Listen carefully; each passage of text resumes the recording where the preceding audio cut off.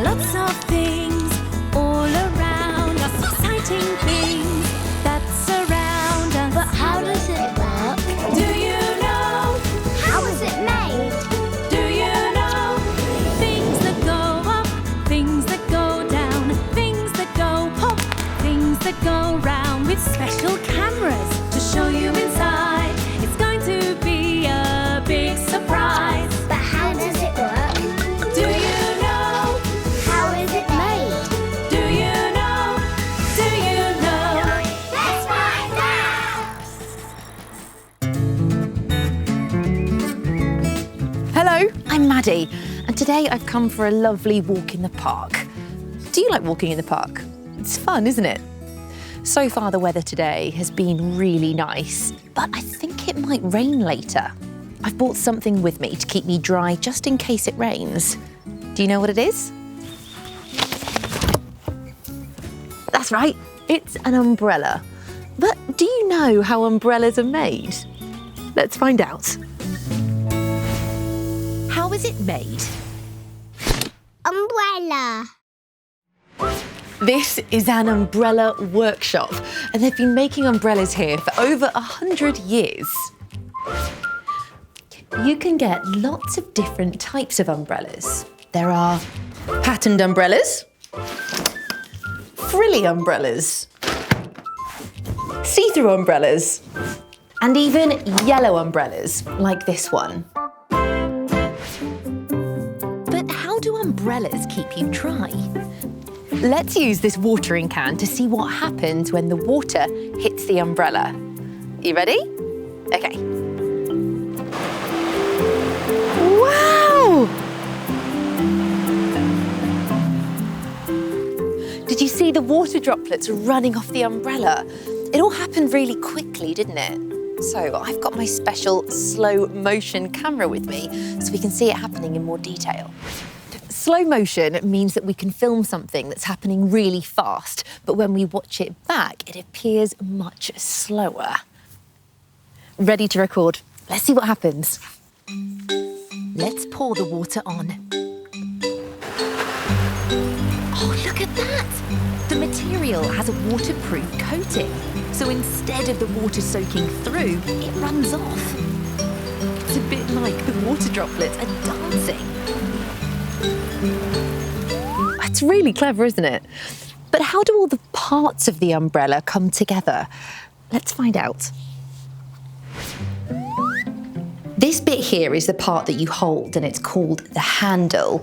And then this long wooden stick is called the shaft. And then can you see these long spindly bits? Those are called the ribs. I think they look a little bit like spiders' legs. When you open the umbrella, the ribs stretch out, and that's what gives the umbrella its shape. This is Lee, and it's Lee's job to put all the parts of the umbrella together. First, Lee cuts some holes into the shaft using a cutting machine. Then cuts and twists 2 pieces of metal wire into the same shape. They look a bit like little hooks, don't they? But they're not hooks. They're the springs, and they help the umbrella to open and close. The springs are then fitted into the holes that Lee made.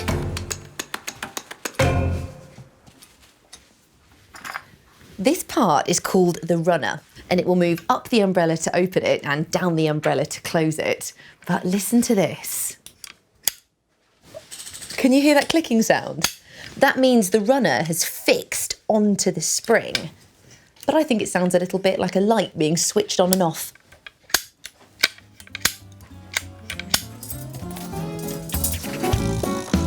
Next, Lee fixes the ribs onto the runner using some bendy wire.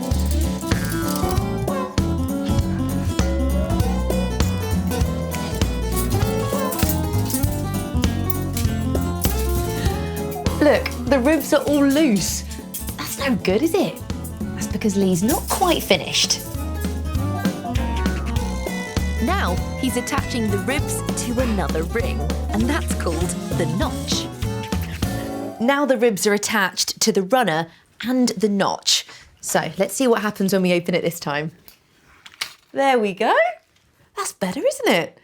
But this umbrella isn't going to keep us dry, so what do you think it needs? It needs a canopy. The canopy sits on top of the umbrella, but what colour should we choose? How about blue? Yellow? I think we should make a bright red umbrella. The red material is cut into shapes using a sharp knife. Do you know what shape this is? It has 1, 2, 3 sides. That's right, it's a triangle. Our canopy needs 8 of these, fixed together on a sewing machine.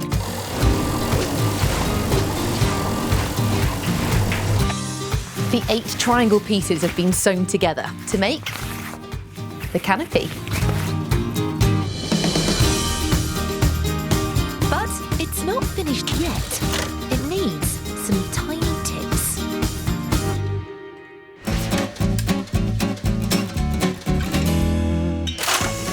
Now Jan's sewing the canopy to the frame. Oh, we are so nearly there. Look, the tips are being attached to the ribs. Last of all, Lee fits a shiny cap onto the umbrella shaft. Brilliant. A finished umbrella, ready for me to use on a rainy day. I loved seeing how umbrellas were made. What was your favourite bit? Do you remember the part that looked a bit like wobbly spider's legs? That's right, it was the ribs. Did you hear the sound the spring made when the runner locked into place? It was a clicking sound. And did you see the water bouncing off the canopy when we used my special slow motion camera?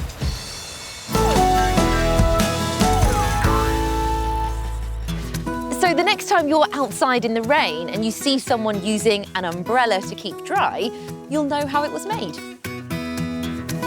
Umbrellas keep rainwater from getting us wet, but we use water for lots of different things. We drink it to stay healthy. We can learn to swim in it. And we use it for washing and cleaning. But something that's really fun to clean is a car. And this one's a bit dirty, so I'm going to take it for a wash.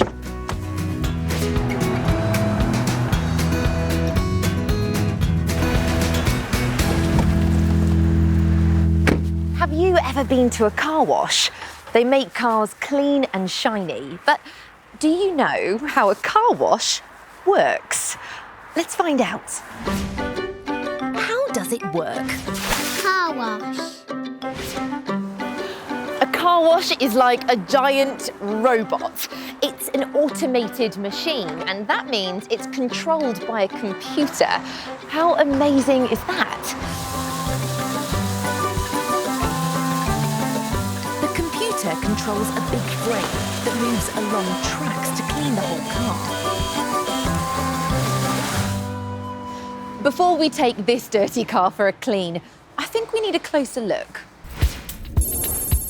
The computer in the car wash can tell where the car is by using special sensors called photocells. They're a bit like the car wash's eyes. The sensor sends an invisible beam of light called infrared from one side of the car wash to the other. When a car drives into the right position, it breaks the beam. The sensor sends a message to the computer and the red light tells the driver to stop. The computer switches on the washer and moves it down the tracks until it reaches the place where the car broke the beam. The jet sprays out soap and water. The brushes have different sensors inside too. They tell the computer when the brushes are pushing against the car. A drying machine moves over the car in exactly the same way as the brushes because the computer has memorised the shape of the car. When the car is dry, the computer changes the red stoplight to a green light, and the clean car is ready to be driven away. It's really clever, isn't it? I'm just setting up these special waterproof cameras so that we can see the car wash working.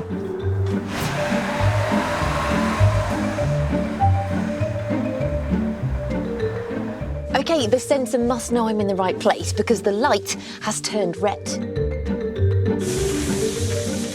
Whoa, look at that!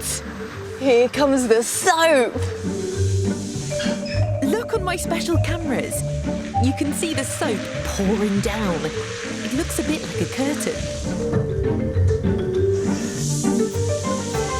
Oh, here comes the water. Can you see on my special cameras how the water is being sprayed? It's through little jets. Wow! It's a bit like the shower you have at home, but this is spraying the water at a really high pressure, which means it's a lot more powerful. Listen to the sound! That is the sound of the water.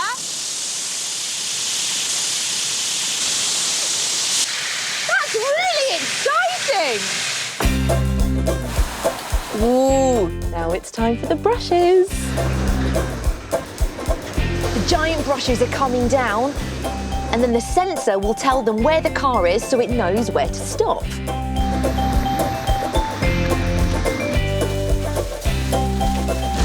Here we go again! Woohoo! The brushes are made from a soft foam so that the paint on the car doesn't get scratched when it's being washed. Here we go again! That is such a brilliant sound! It's like being in a thunderstorm. There's one more thing we have to do before cleaning the car is finished. What do you have to do after you've had a bath or a shower? That's right, you have to get dry. This is like being under a giant hairdryer. These fans blow air through nozzles to push the water off the car to make sure it's dry.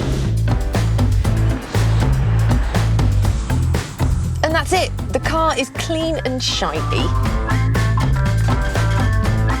That was brilliant.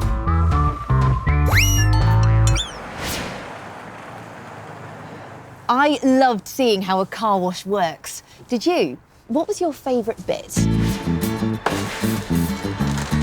you remember what material the car wash's brushes are made out of? That's right, the brushes are made out of soft foam.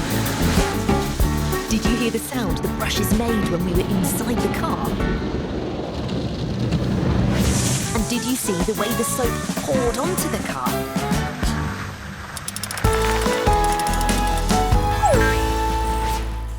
So the next time you see a car wash or go through one yourself, you'll know how it works. And if you see someone using an umbrella to keep them dry, you'll know how it was made.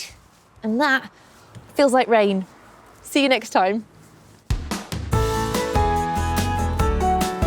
There are lots of things